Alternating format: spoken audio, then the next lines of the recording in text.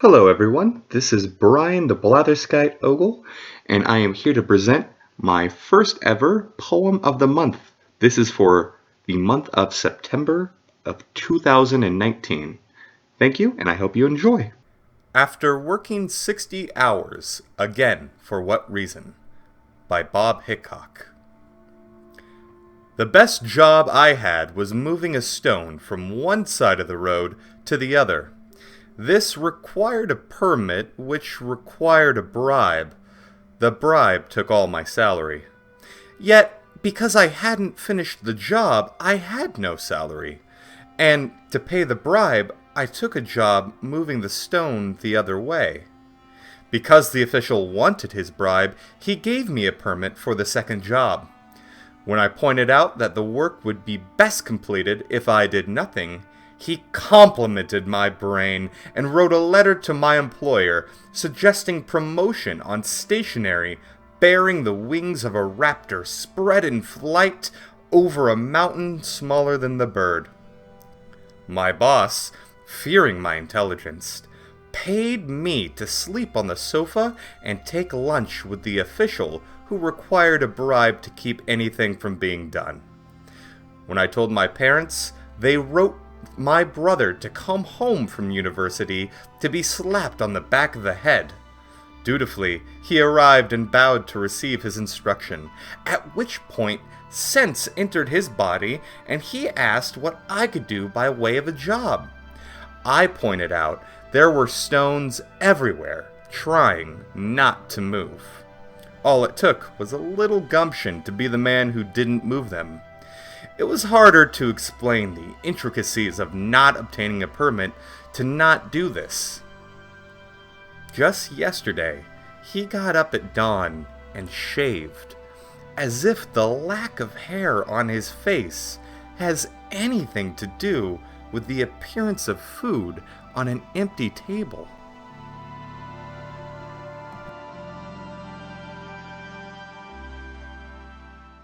Welcome back, everyone. I hope you enjoyed the first half of the video, which was the poem itself. Now we are going to be going into a little bit of an analysis with examples of real life.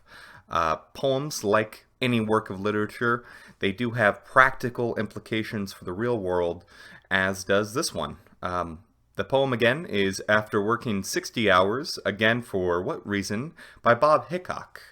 And this poem itself is truly one of my favorites due to its comical nature, and its deeper meaning is really it's a critique of bureaucracy. What really is the purpose of moving the stone in either direction? Why do we need a permit to do it to begin with? And why is the main character, he literally ends up in a position where he's earning a salary for not doing work? Bob Hicock expertly expresses all of these ideas of the absurdity of the situation in a poetic form of just moving rocks. But there is actual real-world examples of this. The first place that we could find this is Lawrence J. Peters' book, The Peter Principle. In this, essentially the Peter Principle that is aforementioned in the book basically says that if you're good at something, you'll be promoted into a position where you're going to be bad at that position. A great example is a gardener. If you're really good at gardening, you will be promoted into the position of a foreman. And as a foreman, you're going to have to take on administration responsibilities such as paperwork.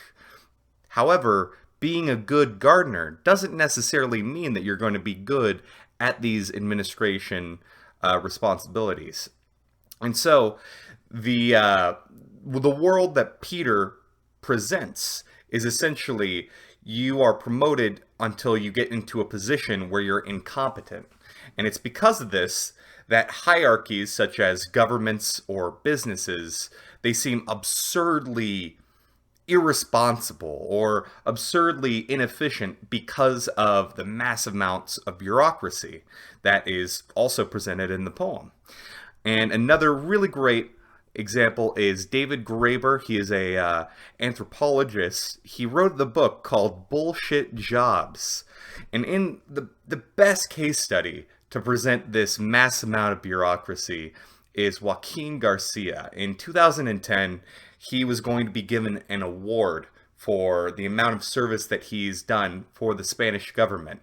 He's worked there for years and years and years as a manager for a water plant, basically.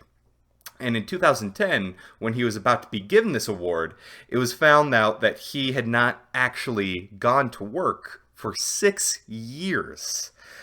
The reason why no one noticed it was because the government water board was under the impression that Garcia was supervised by the local municipality, and the local municipality was under the impression that Garcia was under the supervision of the water board. And so this is a position where two separate bureaucracies, two separate hierarchies had to have some form of bureaucracy so that way they could work together.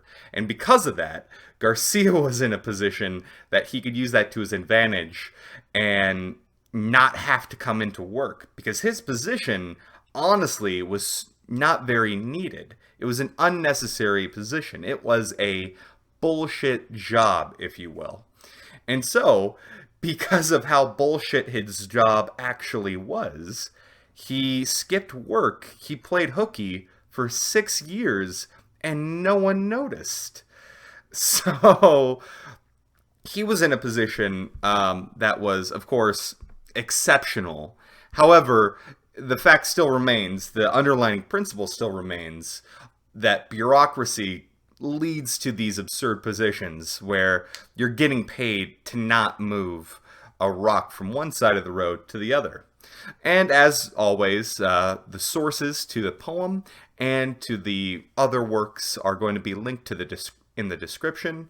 Please remember to like and subscribe, and if you have any poems that you would like me to read and analyze next month, comment below and let me know. Thank you, and I hope you have a wonderful day.